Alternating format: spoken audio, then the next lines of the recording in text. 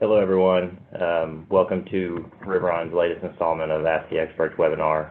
We're going to give folks a couple of minutes here to join since we just got started. So we'll go mute here and we'll be back on in just a moment. Thank you.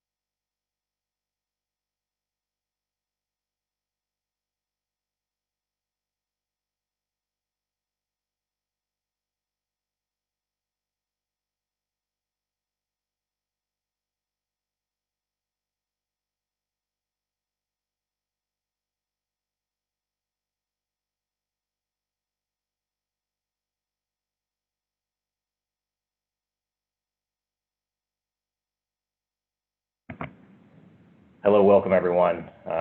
We are here presenting from the Riveron, New York office for our next installment of the Ask the Experts webinar series. Today we'll discuss how retail industry trends are going to affect today's finance and accounting function.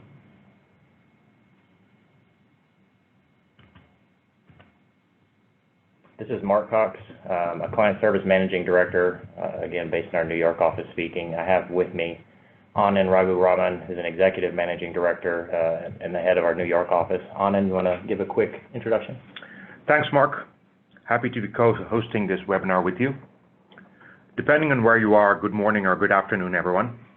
Hope you all have some caffeine running through your veins as we're going to move quickly and have a lot of ground to cover. As Mark said, I'm Anand Raghuraman. I head Riveron's New York office, as well as informally leading our retail sector. I work with retailers and brands to help them develop and implement initiatives to stay ahead of the disruption. I've been focused on the retail sector for the last 15 years. Yes, I am older than I look.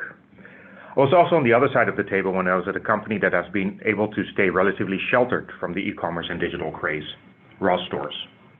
Mark, back to you. Thanks, Anand. So a few key reminders here in housekeeping related to the webinar as well as CPE. So as I mentioned earlier, this is a series of webcasts that Riveron has put on, typically monthly, and we've covered such topics as ASC 842, both the implementation and day 2, ASC 606, what have we learned, bankruptcy, energy, capital markets, and M&A. Some future topics will be related to internal controls, remediation, as well as others that will come soon. So we do hope that you sign up for the mailing list, which will be mailed out to you as part of the after follow-up emails. So a couple of things to note here for CPE. There will be 4 polling questions during the presentation. In order to receive your CPE for certificate, you will have to complete those 4 questions. On top of that, your webinar evaluation and CPE certificate will be emailed to you at a future time. It usually takes about a week for it to come to you. On top of that, the on-demand video will be emailed with the deck. Now, one thing to note is you will not receive CPE for that on-demand video, but if you'd like to have it, it will be emailed to you, as well as a link to the webinar mailing list and then Anand and I's contact information will be passed to you. One important thing to note here, we will have some time set aside at the end for some Q&A. There is a function within the Zoom meeting for you to ask questions. We ask you to ask them whenever you feel free to ask them anytime during the presentation, and we will answer them toward the end of the presentation. So thank you again for everyone joining, and we'll jump in here and talk about what we expect to learn throughout the presentation. So as we mentioned, we're going to discuss the key trends affecting the retail industry. And then on top of that, we will discuss the accounting areas and how they'll be affected by those trends, and the IT systems, business process, and internal controls, and how they might be affected by those trends. So I'm going to kick it over to Anand to talk about some of really the state of retail. Thanks, Mark. As Mark mentioned, we wanted to spend a few minutes at the start of this webinar taking a bit more of a macro view on what's happening in retail. Sector is obviously moving very fast, and we can spend hours on trends, but this is just to set the stage and is not meant to be a comprehensive overview of all that's happening.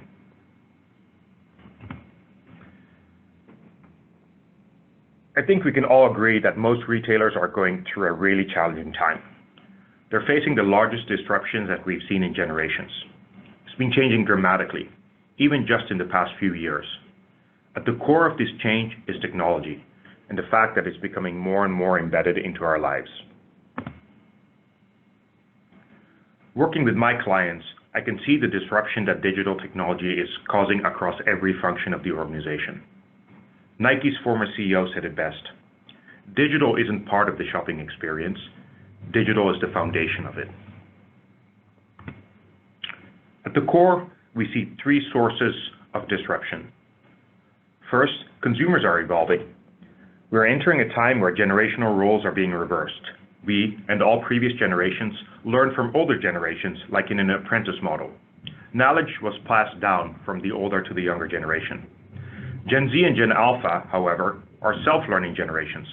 For example, in the gym, they'll look for tutorials on YouTube with the most amount of views to see how to do bench presses correctly. They don't trust a single voice of a trainer. We then see that this digitally native generation is teaching us, the older people, what is possible with technology and digital, and they're increasing our expectations. We now say, we want that too. We thus now have a trickling up effect, where older generations learn from younger ones versus vice versa. This fundamentally changed the equation for brands and retailers. Number two, the competition is changing. The rules of engagement have changed in a way that fundamentally threatens the industrial brand complex.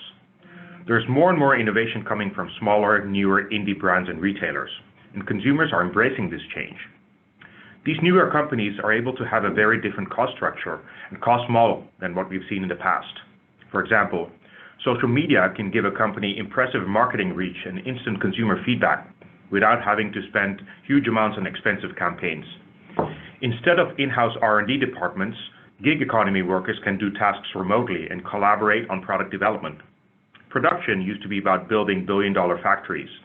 Now crowdsourcing and remote workers throughout Asia and the world, found through global online networks, can build products and report progress in real time. Finally, technology. Technology is underlying a lot of these things. It's advancing so rapidly that it's tough for any brand or retailer to keep up. Technology is becoming more and more embedded into our lives, and that stretches into our shopping and buying habits. I believe in the saying that without data, you're just another person with an opinion. So let's start by taking a look at some data on traditional bricks and mortar and see what's happening there. Research shows that the US is overstored, with more than double the retail space per capita compared to the UK. As a result of that, in 2019, we saw almost 9,000 stores close in the US, an absolutely staggering number. In context, this was a 20-year high, and even more than years where we had large negative events like 2001 with 9/11 and 2008 with Lehman Brothers. Meanwhile, on the e-commerce side, that market continues to grow exponentially. E-commerce is growing 6.5 times faster than overall retail sales are.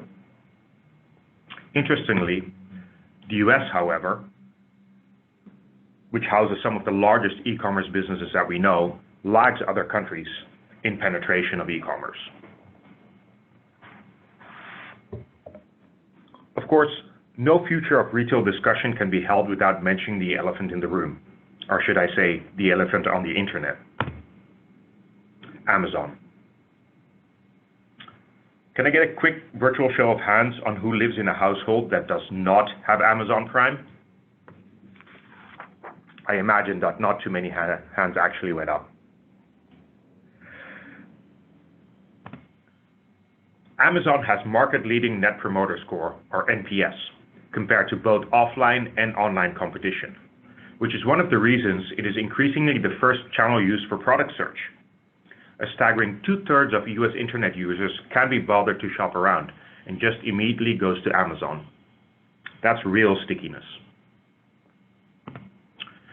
This stickiness has translated into a mammoth share for Amazon compared to competition. And this juggernaut doesn't show any signs of slowing down. This is the scariest chart in the presentation, and I would consider it at least PG-13. Amazon stock performance has totally blown competition out of the water over the last decade plus. I'll let this graph sink in for a second.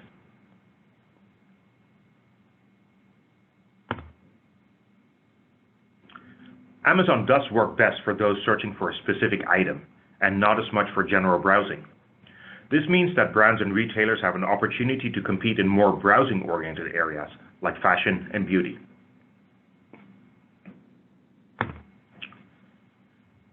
Moving away from Amazon, let's look at how the consumer is changing. The younger generations that are now just entering the consuming class buy fundamentally different than older generations. Just look at the top 3 buckets on this chart as a great example of that.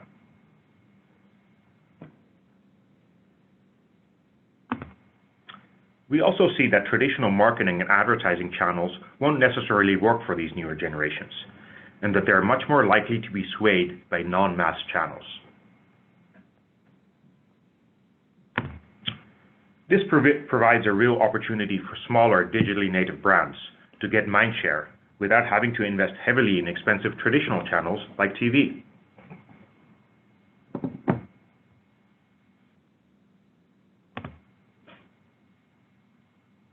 At this point, there is no going back. It is time for many retailers to rethink the role that stores play for them. In this new era, you don't want to just use pricing and promotions to make people buy. You want to create demand by using experiences, including technology, to build these relationships.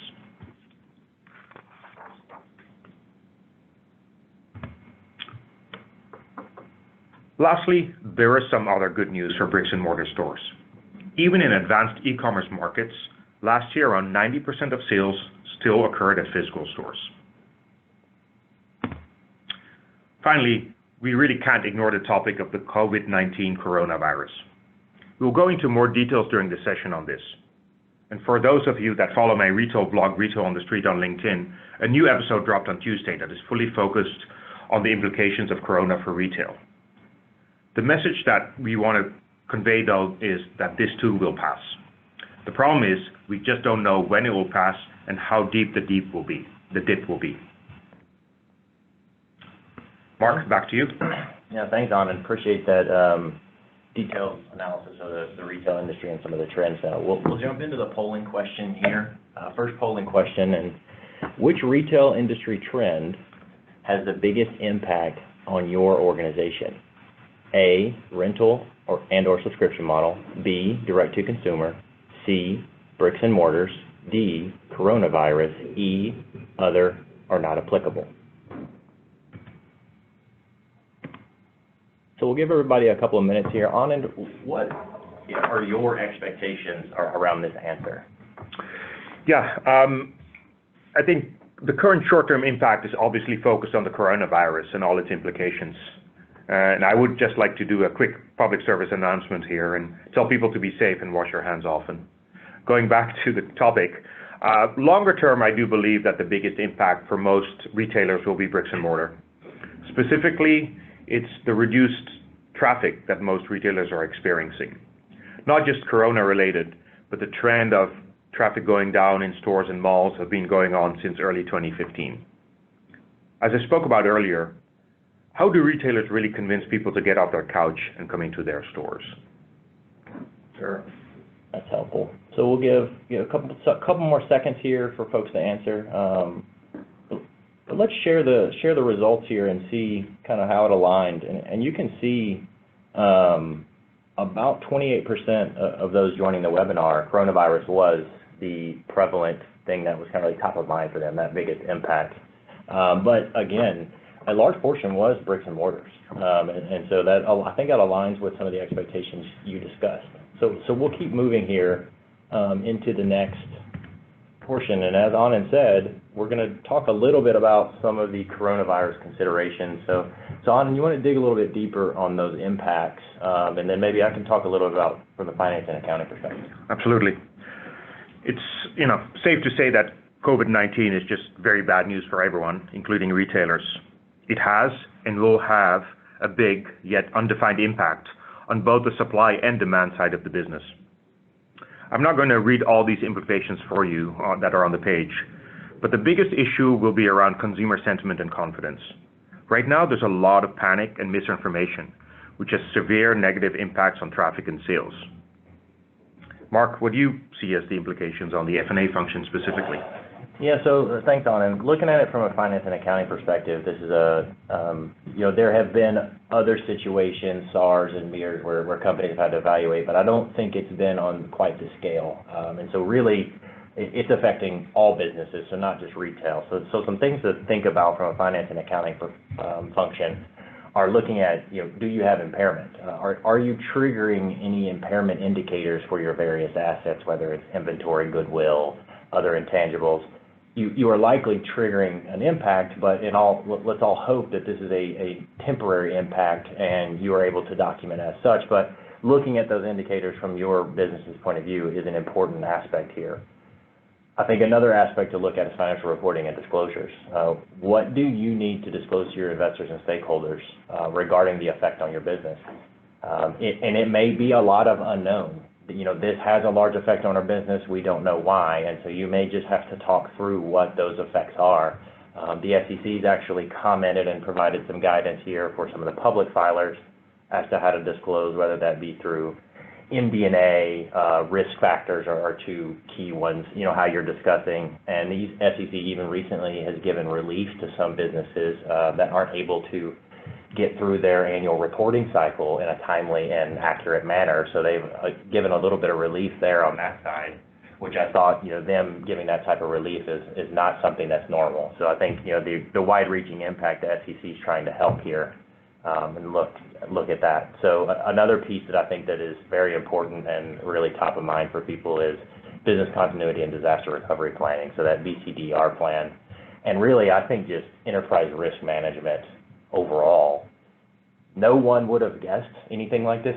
There aren't people planning for this, and if they were, it was probably very low on the probability scale when you're looking at risks. But this could be a time to address your BCDR plan and what it looks like. One thing that I've been really surprised about, I think, is despite being in 2020 and being a very digitally focused culture, some companies have struggled to allow their employees to work remotely because their systems cannot handle it.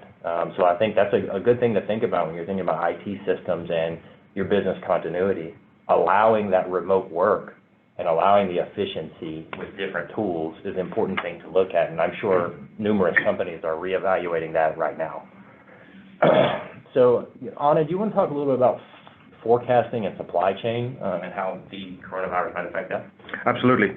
I think everyone understands how fast-moving this issue and this crisis has been. The day-to-day changes are just tremendous in terms of what CDC says, what governments are doing, sporting events, companies. And that obviously has a huge impact on the forecasting function within retailers, and typically that sits within FP&A. And it is just really difficult to forecast the full implications on the business side. No one can really predict how the virus will spread. But doing scenario planning, doing some war games around kind of most likely worst best case scenarios, understanding what it does for your business from a staffing perspective, from a store associate perspective, what it does from your vendor perspective. Are you getting delayed deliveries? What is it for, for apparel specifically? What is it going to do for fall and pre-fall deliveries, and how much do you have to plan that down? Those are all implications that kind of are driven by forecasting, so it's tough.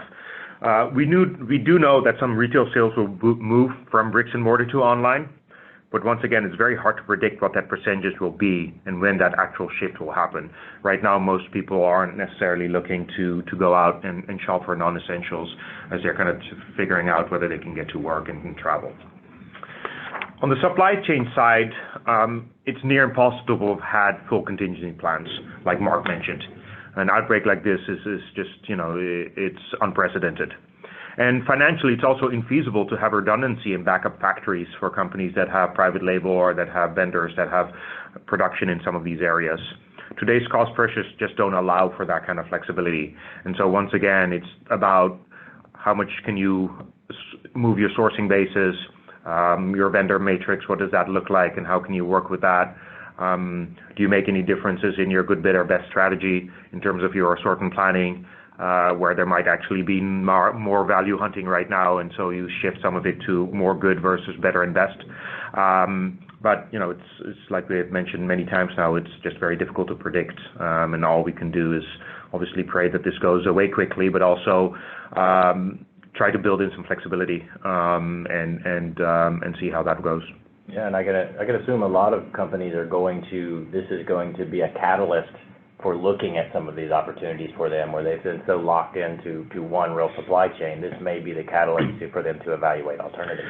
Yeah, I mean, the ironic thing is that if you go back 10, 15 years, there was a lot of redundancy, there was a lot of backups, but with the cost pressure, a lot of cost out initiatives, efficiencies, having to be driven because traffic has been down, a lot of those redundancies have been taken out of the system because they're expensive to have. And so now we're paying the price a little bit for that over-indexing and efficiency, which had to happen. But, in situations like this, it comes back to bite us. Sure. Thanks for that. So jumping into one of the, direct items we mentioned, or very, very prevalent right now, is rental and subscription models. This has really been gaining a lot of steam over the last, say, 5 years. You want to discuss what these models are, maybe some examples? Yeah, absolutely. So most of you probably know what rental and subscription models are. Many of you are actually users of this, probably through something like Amazon Subscribe and Save on the subscription side. The rental model, which is most prevalent in apparel, really allows customers to keep changing their wardrobes while being able to get access to aspirational products that they typically wouldn't be able to afford. Subscriptions gives consumers the ease of not having to rebuy a product or service periodically and getting it automatically delivered. You see some of the companies, the newest entrant and kind of out-of-the-box entrance was Panera with the coffee subscription, where you get unlimited coffee for a price, which was an interesting wrinkle in kind of the QSR space. Mark, what are you seeing from an FP&A perspective? Well, firstly, they're going to lose money on me on Panera. I love some coffee, so I don't know how they price that, but it definitely wasn't for me. But looking at it from the finance and accounting aspect, revenue recognition is the first one that comes to mind here. And thinking about how this flow of transaction might be different. If you're a business that was primarily bricks and mortar previously, and you've decided to make that change into a rental or a subscription model, how are you going to recognize revenue? What does that flow of transactions look like? Do you have a change in what have been your performance obligations? Previously it was just point of sale as something went out the door, or as you sold to that intermediary retailer, that's when you recognize. But when you're looking at a rental and subscription model, that flow of transactions is going to be different. So looking at that aspect, what are your contract assets and liabilities? What are they going to look like? How are you going to run your deferred revenue that might be out there. And one that's very important, and we'll actually discuss even more so in a future when we talk about some of the direct-to-consumer, is shipping and handling. I mean, the ability to pick a day and speed of shipping is very important to consumers nowadays. And that, you need to evaluate that shipping and handling. Is that a separate obligation, or is that just part of a fulfillment cost? So thinking through that is important. Other things such as non-refundable fees, how are you going to recognize those? How are discounts treated? Gift cards, gift cards are a little bit different in this aspect. You still get gift cards, but what does that gift card buy? Does it buy a month? Is just a dollar amount? Thinking through the recognition there. And then just thinking about, can your system handle this flow of transactions? If you are a traditional bricks and mortars, you're going to have that POS system that flows into an ERP in all likelihood. Can that handle a rental and a subscription model from an IT standpoint? And those are just, some higher level implications, really just thinking through revenue recognition and what that might look like for you. Another big area is going to be inventory accounting, and just really the logistics around inventory. And a lot of that can fall in that back-end tracking in the finance and accounting department.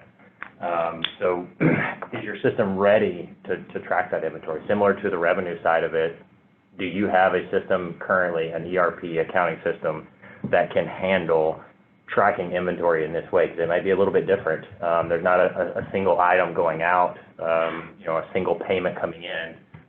You're not going to be able to match in the same way as you previously did. So thinking through what that inventory might look like. Another one that, especially on the rental side, is the damages. How are you going to treat accounting for damages of returned items? And even on like a Stitch Fix, which is mentioned here, if you don't want to buy that item and you return it, but for some reason it's damaged, how do you account for that? What does that reserve look like? And Rent the Runway had a supply chain issue with the cleaning of these products. There was so much demand that they couldn't get it cleaned enough, and there was huge issues in terms of shipping cleaned items back out. So how do you actually account for the cost of that cleaning, and how do you know how much cleaning it requires? Yeah, that's a very good point. And obviously you want to turn over things quickly, and styles can change. So how are you looking at excess and obsolete inventory? And how are you going to treat that? So I think, thinking through some of those implications on inventory accounting is important. And then just around disclosures, obviously, if you're moving into a new revenue model, there are new disclosures involved, and particularly with 606. Is this a level, do you need to go to a new level of disaggregation based on this new revenue model? And even on top of that, do you need another segment? Because the segment and the margin profile for this type of business may be different from your previous margin profile. How is your chief decision maker looking at your business? And so thinking about possibly segments and disclosures and how those might change are very important. Anand, you want to talk a little bit about, customer acquisition costs, which seems to be a very prevalent term these days. Yeah, and we will talk about it a lot today, about CACs. As there's more and more competition from firms that are either entering this business or that are founded on this model, customer acquisition costs, the CACs, are high, and they fundamentally change how the marketing equation works. You're not spending much more money here than you do on some other things. And the implications on the cost side of the business and how you manage your costs are very different. For me, the biggest impact here are on FP&A models that have to be very different than traditional retail in terms of how you actually put together your forecast, how you actually think through your forecasting of different elements of the P&L. And so we're seeing some companies really kind of thinking through what do the future FP&A models look like to really cover the CACs properly and kind of the inflation in CACs, which has been tremendous. Yeah, and I mean, looking at that, a lot of companies are looking at these differently. What does that mean to your investors? How are you disclosing? How are you going to be able to track that if this is a new thing for you? So tracking of these costs is very important, and a lot of that's going to fall on the accounting and finance organization on the back end. So do you have the right systems in place to track those? So we'll jump into the next polling question here. So based on our discussion, what is an area of accounting or financial reporting that will require a reassessment upon beginning a subscription or rental model? A, revenue recognition, B, inventory accounting, C, disclosures, or D, all of the above. So I'll launch the question here and just talk a little bit about what, the expectations are. I mean, anytime you're looking at a new revenue model or changing your existing model, I think the expectation is that you are looking at this, how it's going to affect your entire organization. And this may be from sales all the way through to your back-end finance and accounting, and that can be to your financial reporting piece. So really looking at the entirety of your business before you jump into a model. I think there is, with how quickly retail is changing, some of these businesses want to move very quickly without evaluating their people, processes, and systems. And we've come across a lot of companies who are grown so fast that they've instituted new models for revenue, and their systems or people and processes were not ready to be able to track and disclose the information that is needed. So looking here, give it a couple more seconds here.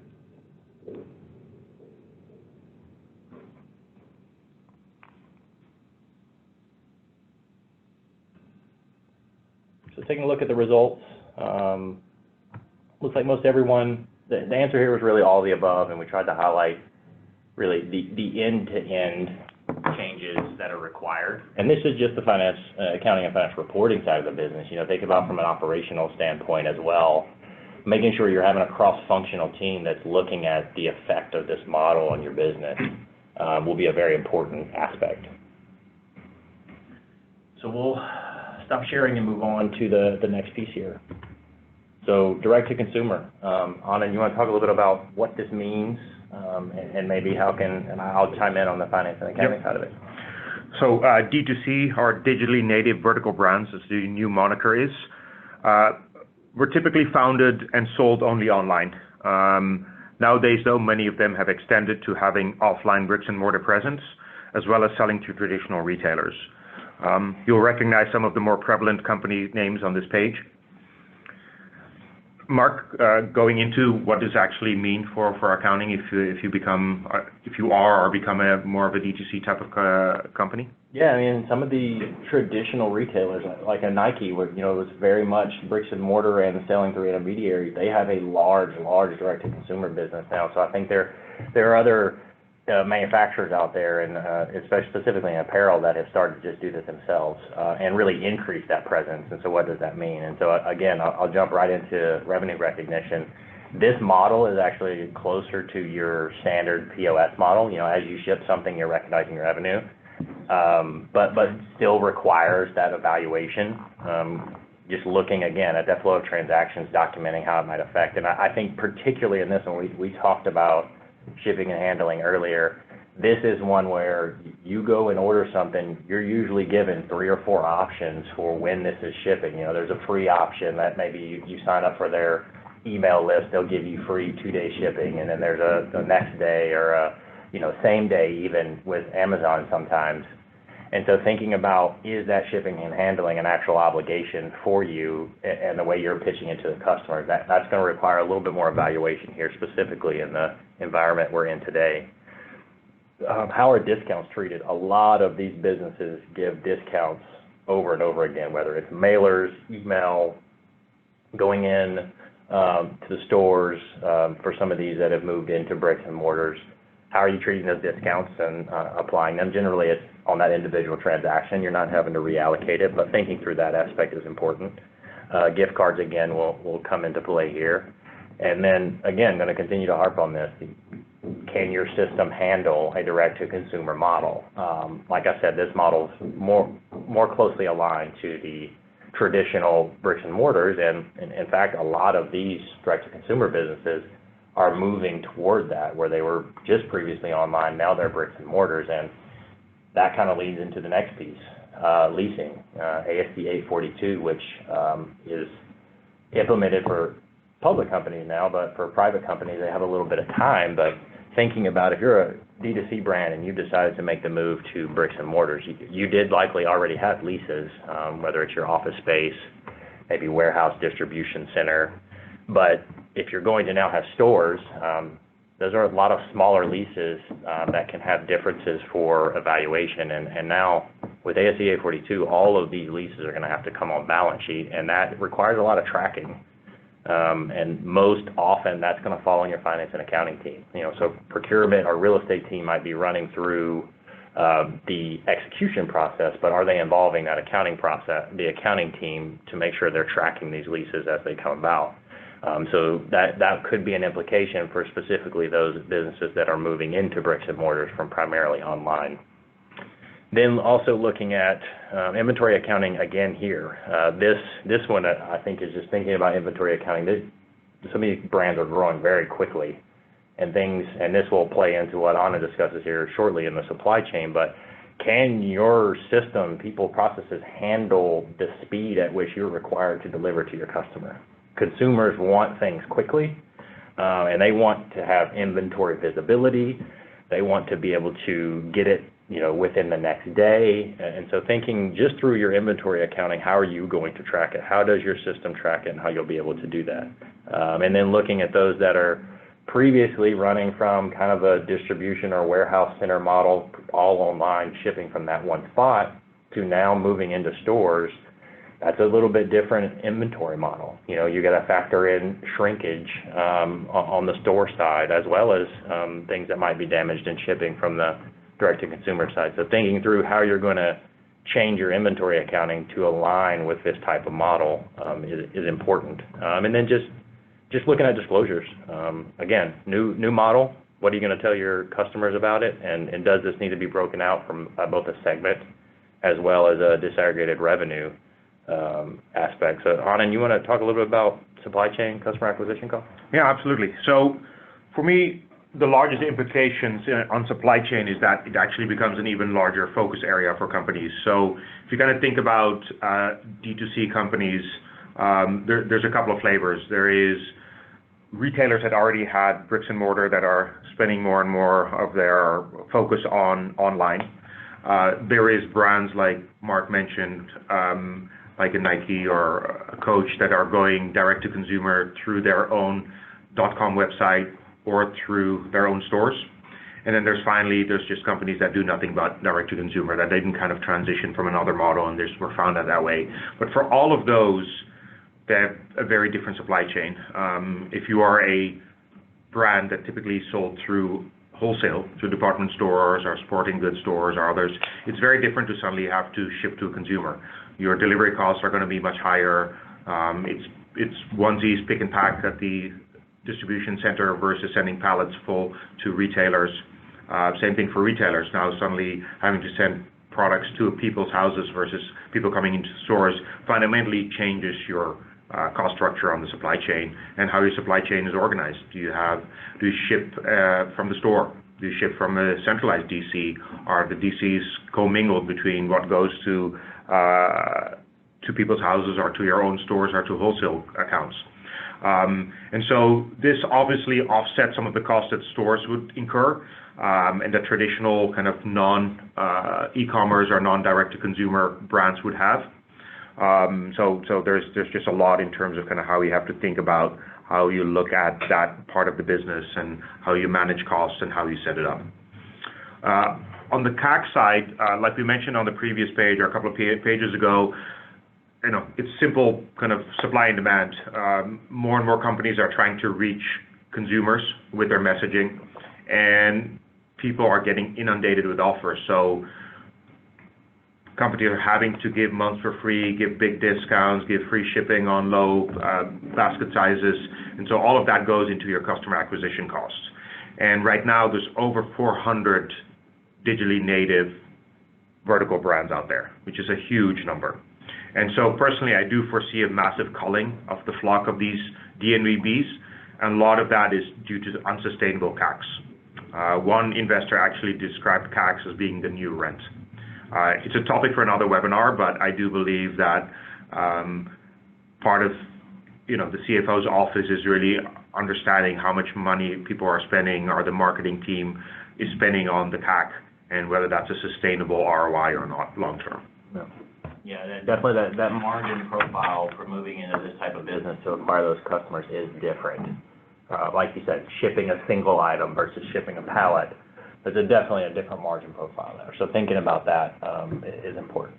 So moving into the next polling question here. So Todd had mentioned this early on and also talked about it in the trends. What is a name commonly used for companies that started as online direct-to-consumer brands but may have shifted to different models such as bricks and mortars? A, online-only brands. B, digitally native vertical brands. C, non-bricks and mortars retail. So we'll launch the question here, give everybody a few minutes. Anand, these types of businesses have been popping up. You mentioned 400. Like, what are some trends, like, specific to these type of businesses that you've seen? Yeah, I mean, a lot of VC and other investor money has gone into these brands, and some of them, like Warby Parker, have been very successful. But as I mentioned, there's been a lot of pain in this group recently. With bankruptcies, Brandless is one example, or Blue Stem Brands that filed for Chapter 11 yesterday, or they've had large layoffs, like a company like Rockets of Awesome. The drop in price after the Casper IPO also showed that the investors are skittish about the business model with the high tax and high inventories. So I believe 2020 is going to be a watershed year for these companies, and I do foresee a lot of pain, which is obviously unfortunate. But some companies were just not meant to be from a financial perspective. They just unfortunately just didn't make sense. Yeah, it seems like there's a continuous flow of VC into these brands, but maybe that has slowed a little bit with what we've seen with Casper. It's they grew so quickly, got a lot of funding, and they were just using that funding to acquire customers and lose money on every item they're sending out the door. So it's just an interesting model that has really popped up of late. So we'll end the polling and kind of share the results here and see where everyone landed. So as you can see, the answer is digitally native vertical brands, and this is a common phrase that's out there and very prevalent in today's retail world. Okay, so moving forward a little here. Talk a little bit about the power of data. So Anand, why don't you give your perspective in the retail world? What does big data look like? Yeah, I mean, it's a bit of an overused word, data analytics, and we used to call it big data for the older ones amongst us. But it is something that I believe is key to success for retailers going forward. Data can be used kind of across the organization, cross-functionally, starting to from the first kind of interaction with the client. So, how do you use data to better understand the customers? How do you use it to better target these customers? How do you use it to more efficiently drive product development, more effectively do your assortment planning, and more efficiently operate supply chains? Data gives the ability to personalize and customize the customer experience and the customer journey for a retail customer, as well as actually being able to customize and personalize the product. Stitch Fix is a perfect example for me of a data analytics company that just happens to play in apparel retail. All their decisions are made of very detailed data that they collect from customers. They have an army of data scientists on staff to do the analytics and really drive the business. And they've done extremely well in terms of some of the results that they've had and the stickiness that they have with the fix when they send out a box which they call a fix. So, Mark, how about your views on F&A considerations? Yeah, and I think thinking about these things, the prevalence of big data and companies that offer that data, the availability of data has just increased just exponentially over the last decade, and some of that data is costly. There are entire businesses that are out there that are selling data to FP&A analysis, to sales folks, to operation folks. So what the cost benefit of the data that we're acquiring, like how much does it take for us to get that? And so thinking about that from a cost perspective is important. And then just tracking and accumulating that data. There's retail businesses have a lot of access to data, whether it's through websites or traffic or things like that. How are they going to track it? What's the current capability? Can you track through your website? Is it through your CPM tools and your corporate performance management tool? Do you accumulate the data there? Is it from your CRM tool, so your customer relationship management tool? Are you using that tool to its maximum capability to capture as much data as possible? And for a retail space, that's a lot of customers, that's a lot of consumers. So there's a lot of bandwidth that needs to happen there. And then just looking at it from a pure ERP perspective, like what can you capture in your ERP? So I mean, like the data can really range. Financial reporting team can have a hold of the data because you might have to disclose there. The pure general ledger accounting team might have access to data as part of what they're doing and be able to use it to better facilitate their day jobs, as well as just the operations folks. So really throughout the organization, the use of data can be very powerful. And that leads to, when you have a lot of data, you've got to govern that data in some way. So who has access to that data? How is it being used? Is there personally identifiable information? Most retail businesses have access to sensitive information, and there have been some noteworthy breaches that have really affected some businesses greatly, whether it's through litigation or other forms, or loss of customers. And so thinking through like how you're going to govern that data is very important, and that can lead to discussions with the internal audit or internal controls team, like what are your controls around that data and that data usage, and that can lead to the cybersecurity discussion. There have been breaches. What does your cybersecurity plan look like? How is your organization able to adapt if there is a breach, or how are you staying in front of those?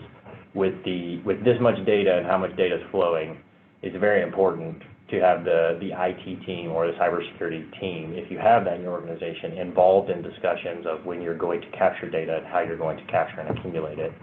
And then we talked briefly about having internal audit and internal controls team involved in these discussions, but I've also seen the use of data in those groups for analytics, whether it's looking at fraud and fraud indicators, whether it's actually using it to test controls. So there's some tools out there. There's a lot of tools, and we mentioned leveraging system and tools. Like we talked about CPM tools. We talked about ERPs and accounting systems. We talked about CRM tools. Which tools do you have in place, and are you using them to maximum efficiency? I mean, our technology enablement team at Riveron, a lot of the projects we do, we're not bringing in new tools. We are looking at your tools in place right now and helping you leverage them and maximize efficiency. So I think thinking about how you're using your tools now, in all likelihood, you probably have capabilities within those tools to capture and use some of this data, and that could lead to thinking about maybe we need to add some tools. There's great data analysis, data visualization tools out there that are prevalent in the market, and they're gaining a lot of traction. So thinking about leveraging your current tools to maximum capabilities, as well as looking at other tools, how you're going to look at that data, and that leads to just capturing data for disclosures. It's important to have disclosures and give investors the right amount of information. There's a balance there, not giving too much, but giving them the right amount of information, and some of that can come from the data you're capturing. And some companies have been very thoughtful in what they're capturing and how they're using it. Anand mentioned the Stitch Fix, but other companies maybe have not and are not leveraging their systems to be able to capture that data. Anand, maybe you can talk a little bit about some of the financial planning and analysis implications here. Yeah, I think from an FP&A angle, we're actually seeing a large amount of inquiries for our services from retail clients for help. And it's really around working with them to turn data into actionable insights. Forecasting is one of those areas where analytics can really drive improved accuracy, leading to less out of stocks, which otherwise would result to a disappointed and/or lost customer, or markdowns if you actually forecast it the other way wrongly and get too much inventory, which results in markdowns, which is a killer for the business.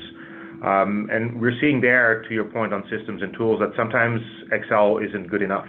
There's just too much to analyze, and you need actual data scientist tools and data science tools like Alteryx or others that you need to use there. We're also seeing that FP&A, kind of using data, they've been asked to look around the corner, be forward-looking versus backward-looking. Right? Let's try to automate some of the backward-looking reports and reserve kind of our precious people talent for forward-looking analysis and insights to actually drive the business versus spending too much time doing manual labor in the back end and cutting and pasting data from one system to another.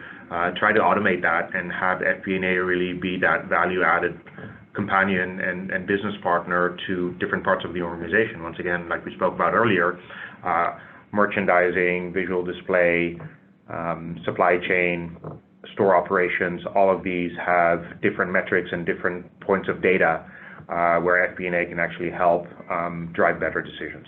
Oh, thanks, Doug. That's very helpful. And I agree. I would think most clients we have, they tell us that one of the biggest issues is the time for analysis is not aligning with how much time they're taking accumulating. So they're not having that time on the back end to analyze the data. So if you have the right tools in place, it can help you have more time analyzing, which is important.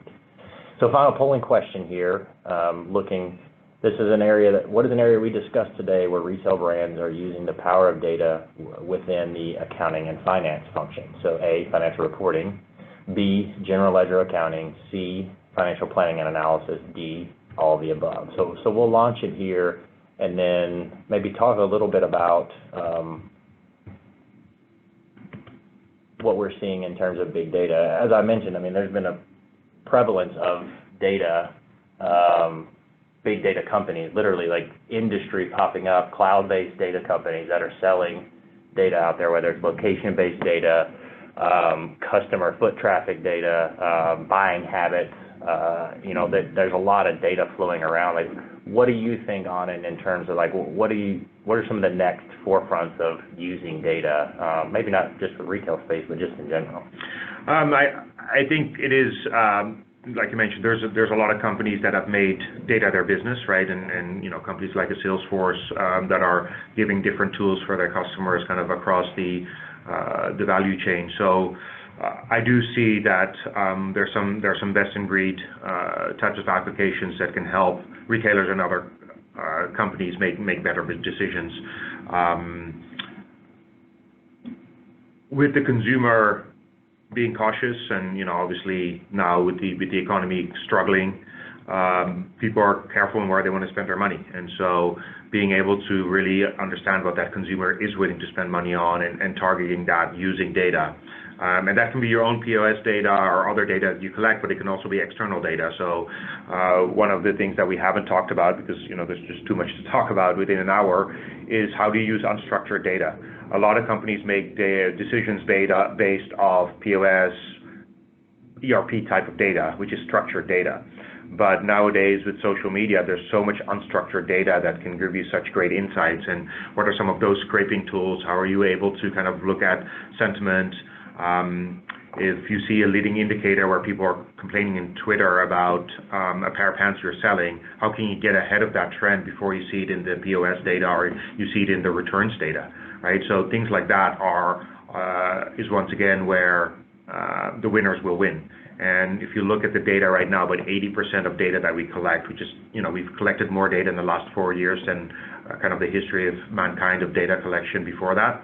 80% of the data is unstructured data, and it's social media, but it's also videos, right? So it's also things that are tougher, where it's tougher to actually collect that data.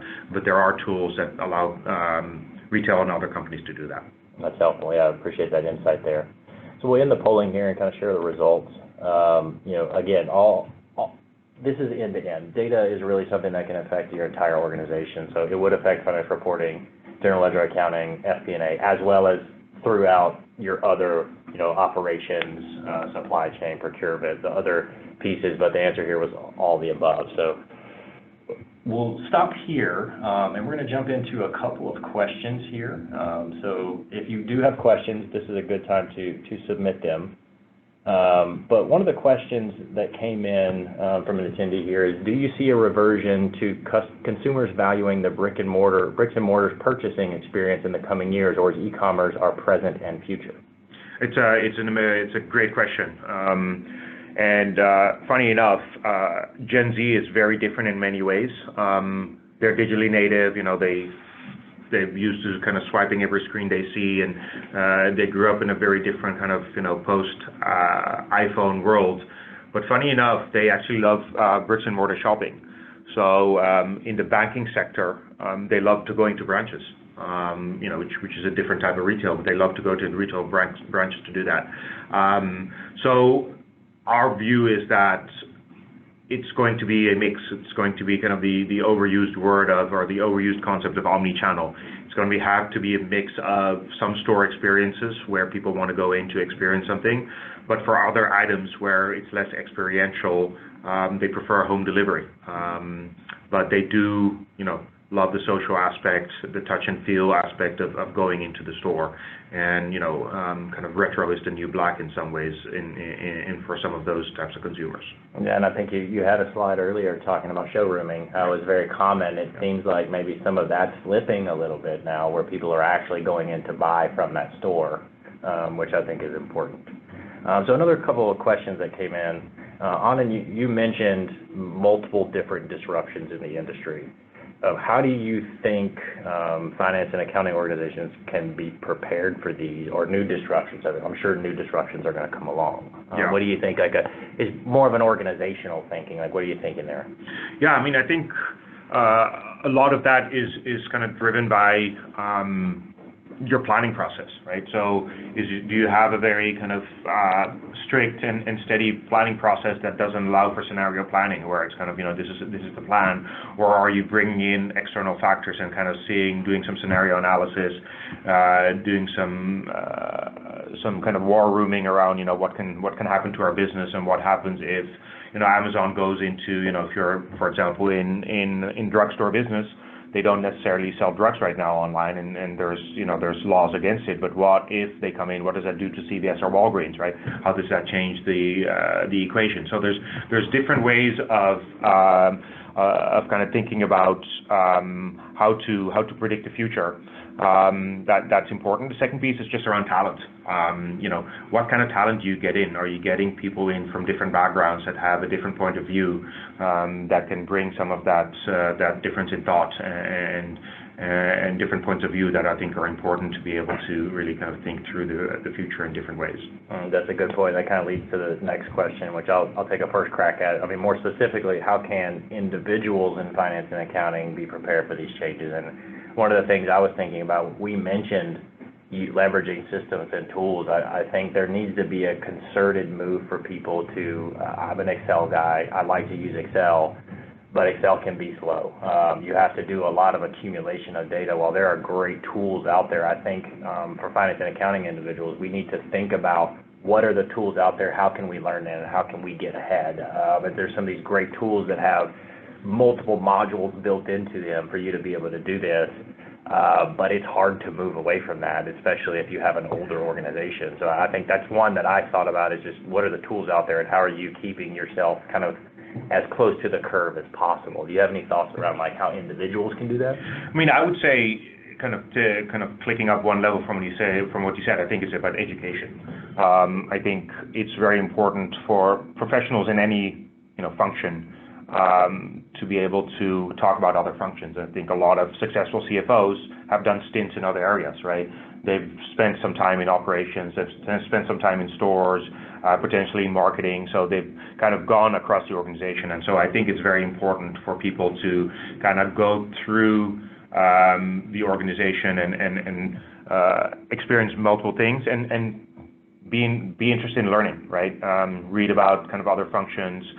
Technology is important, market disruptors. Look at other subsectors of retail. If you're in apparel, look at what food is doing. If you're in drug, look at what home improvement is doing, to just kind of get some learnings from other industries that might be applicable to yours.